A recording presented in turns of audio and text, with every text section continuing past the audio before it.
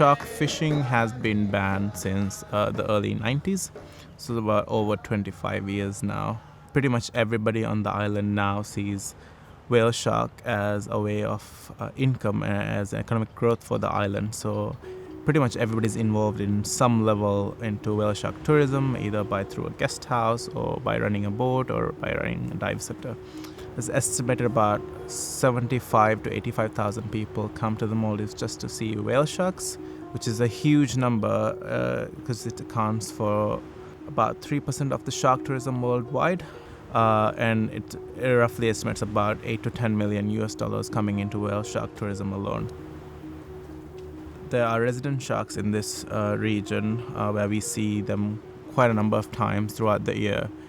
And 70% of the sharks in our database, we have about 500 sharks in our database, have some level of anthropogenic related injuries, which is why all the stakeholders are, I think, working together with the government to come up with a management plan so that the sharks can be protected while also not affecting tourism in this area.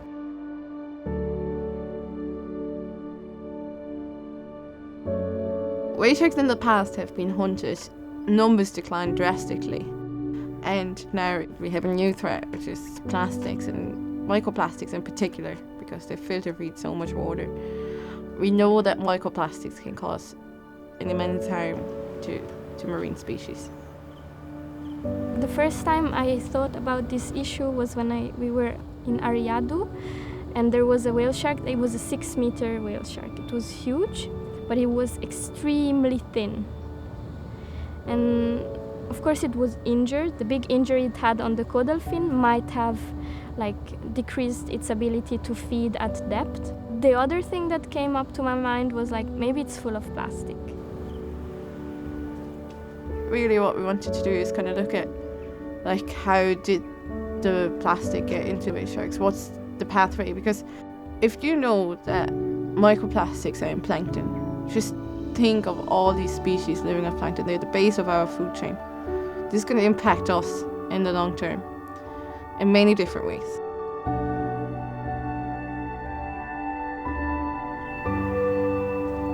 The idea is really to spread a global message about this environmental concern. And it's because also whale sharks occur all around the world, and different countries are exposed to this environmental issue in different ways.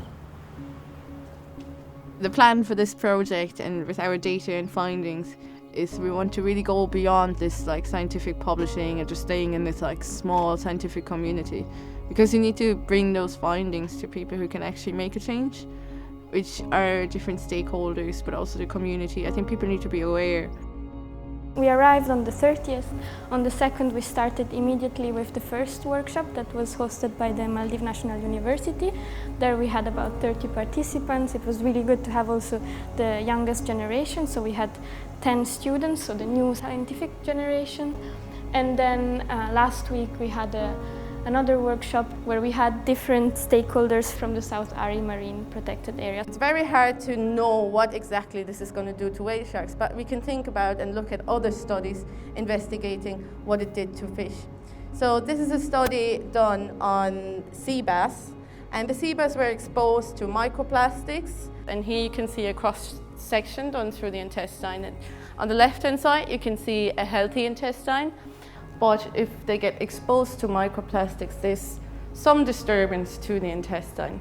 Then microplastics have this capability, because they're heavy negatively charged, to absorb pollutants from the water, plus the plasticizers I have been mentioning earlier, which also act as pollutants and can be toxic.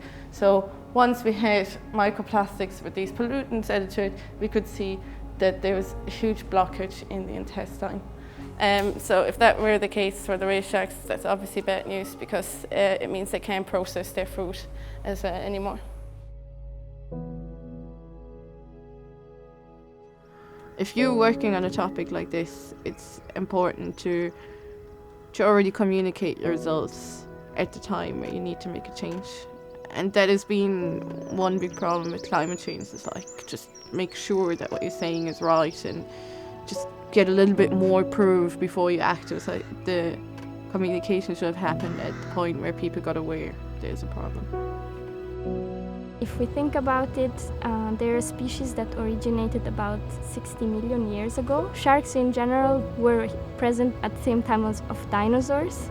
So preserving a whale shark means also preserving a big part of evolution. They could be considered as an evolutionary treasure. If they lasted so long, it means they have been doing something right all those years.